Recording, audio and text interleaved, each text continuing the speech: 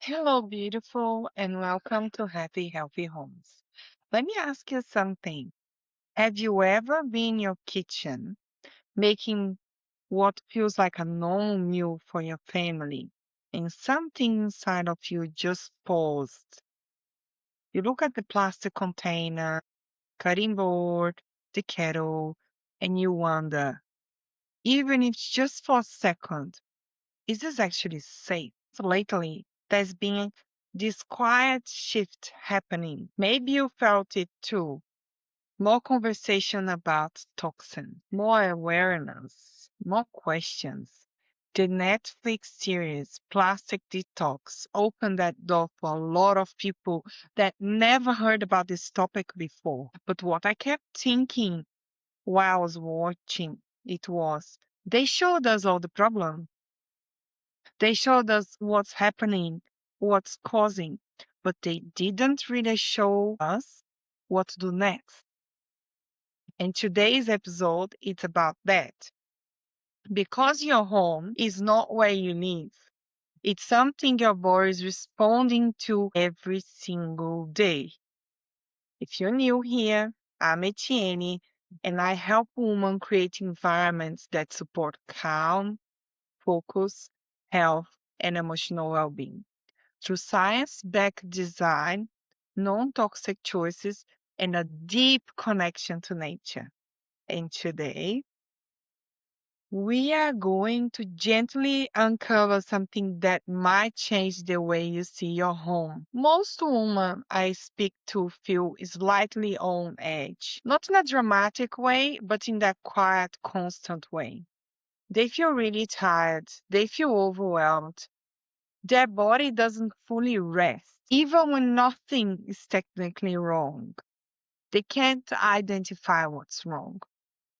And they think, I just need to get more organized. I just need to do better. I just need to be better. But when I look at their homes, I see something else. I see invisible stress everywhere. I see materials, products, and everyday objects that are quietly interacting with their body. And this is exactly one of the things Plastic Detox started to reveal. Microplastics have now been found in human blood, in placentas, and even in breast milk, which means exposure is starting before a baby is even born.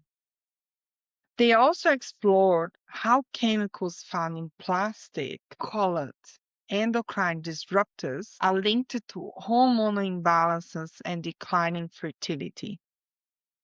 I'm really glad they brought this topic up because that's something I've been reading and studying for a long time. I'm not a doctor, I'm not a researcher, and sometimes you just need to be careful with what you raise. But they explain it in a really good way. These endocrine disruptors are linked with declining infertility and some cancers because these chemicals mimic estrogen in the body.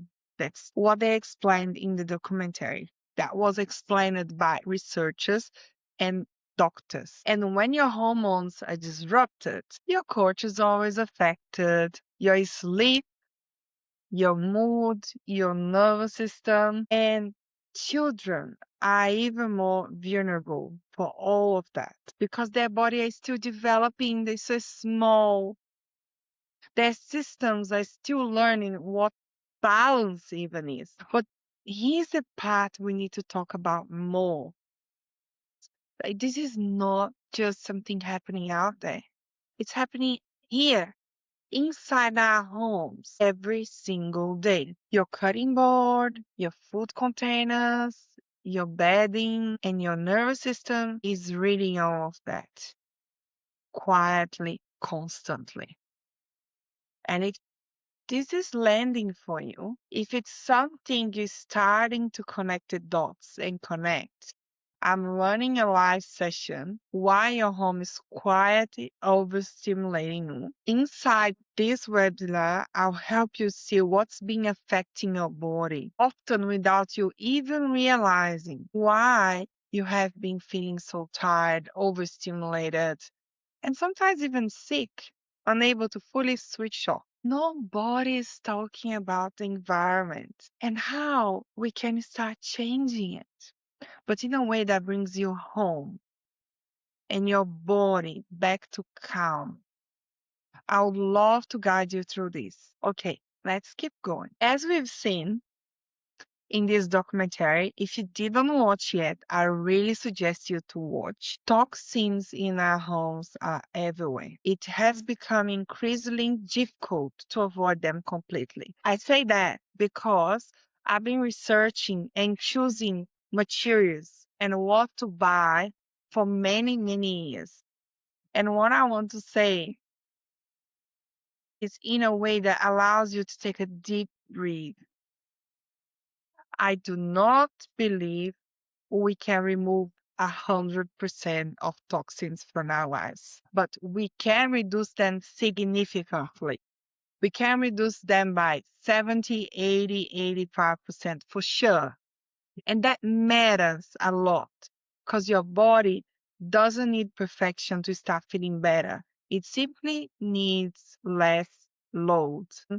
Regulations, yes, regulations should be stronger. Yes, governments should be doing something, but we can't afford to wait. We can't wait while our children are growing, while our bodies are responding every single day to these toxins and this very overstimulating environment, to what we are exposed to inside our homes, our jobs, everywhere actually. This is where our powers come back. Change doesn't only happen from the top down. It starts at home. It starts with everyday decisions, when women begin to choose different, when families start to make different choices, when we stop buying products that don't support our health, when we start asking better questions. Yes, you are allowed to ask questions. If you want to buy something and you don't have all the information, ask more questions. Things begin to shift when we start being more aware. Because when enough people change their behavior, the market will flow. Large corporations don't lead this kind of change. They will respond to it. They adapt to the consumer. So every conscious choice you made today inside your home is not small. It's part of something much bigger. And now let me show you where to start. Some things you can do right now. So if there is one place to start, it's here. Heat and plastic. When plastic's heated, it releases more chemicals into whatever it's touching. So the shift is very simple. Do not heat food in plastic. I know that sometimes we go to supermarket and we are looking, I don't know if you're like me, but sometimes you're just looking for that healthier option because you didn't have time to cook. And okay, I'm looking this really healthy food, but it comes in plastic. So what I do when I come home, I take from the container, I put in a ceramic bowl, and I heat it up on the ceramic bowl. That one decision alone reduces a significant part of your daily exposure. And then another thing that it's really easy to change, it's your cutting board. Most people has plastic cutting board. And as they show us, even on the documentary, how they get cut it into. And we are just ingesting all of that. So there are options out there and they are not expensive. There are some bamboo cutting boards, wood cutting boards, and even metal cutting boards. So you could swap for any of them and look into the label. Some of them say non-toxic. Just swap from plastic. So this is not about being perfect.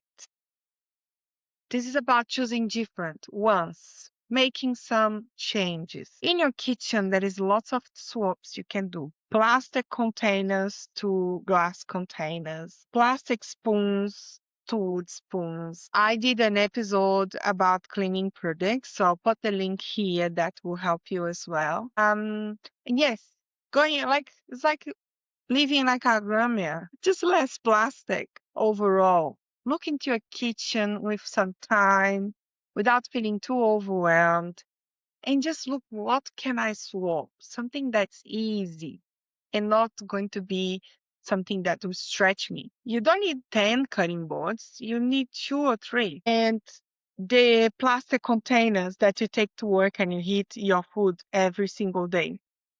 Just look into that. I'll tell you something. I started making these changes 10 years ago. And 10 years ago, this was really hard.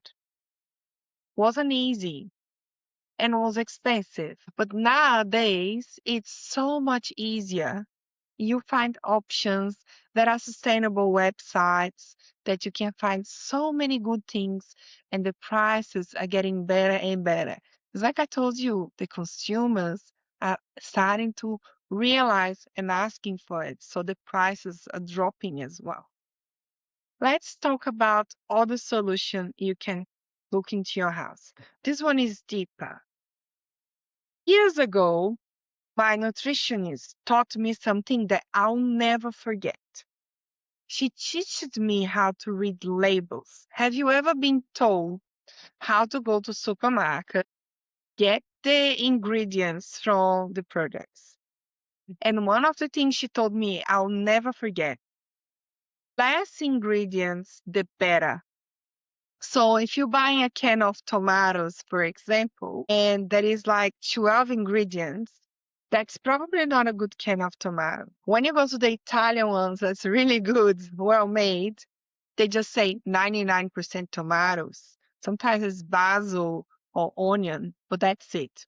In a glass container, there is not too many toxins. But what nobody teaches you is how to read labels when you're buying things to your home. I only learned this lesson working in architecture offices for many, many years and specifying materials for constructions and interior design, like finishes, furniture. When you are looking into a product for construction, there is a PDF file that usually show everything about that material, show specifications. It's called the specification file, and there is a lot of information on that file. And it's really important for an architect to read everything and understand everything, because if something happens, they'll be at fault. So when you're buying products for your home, just look for that certification PDF file. Usually when you're buying furniture, it will have that.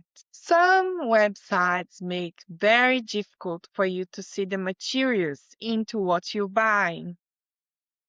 And when the website make that difficult, I just don't buy from them. If you have something to hide, you're not being transparent, I'm not going to be your consumer.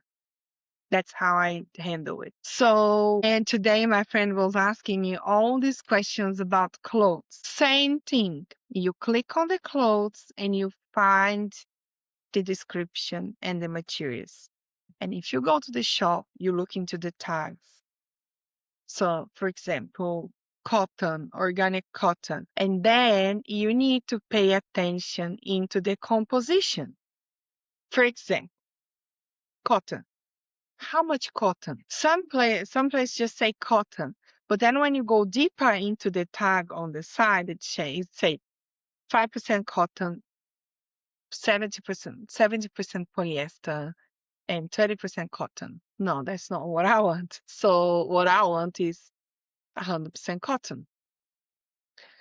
Understanding what something is made of, what it releases, how it behaves over time. That makes you look into spaces different, and that makes you be a different buyer as well, because you're going to start buying things a bit more conscious and thinking long term. I always ask myself, what is this made of? And if you don't know what's on the composition, on the internet, you just research.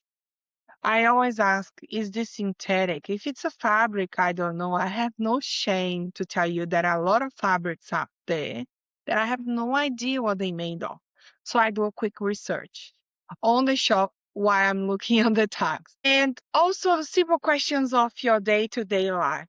Is this going to be heated? Will this be touched every day? For example, toys, something I really pay attention, especially toys my daughter put on her mouth all the time. Because when you start seeing a home this way, you step into control, not fear, but awareness. One more solution for you that you can start today. Your bedroom and your children's bedroom. Any of your children's space, because this is where the body is most open when you're sleeping. Your body is repairing, restoring, regulating.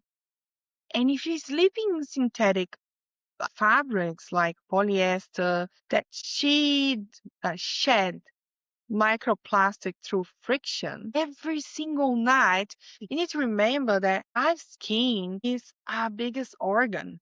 So be very careful what you're putting on your skin. So start small.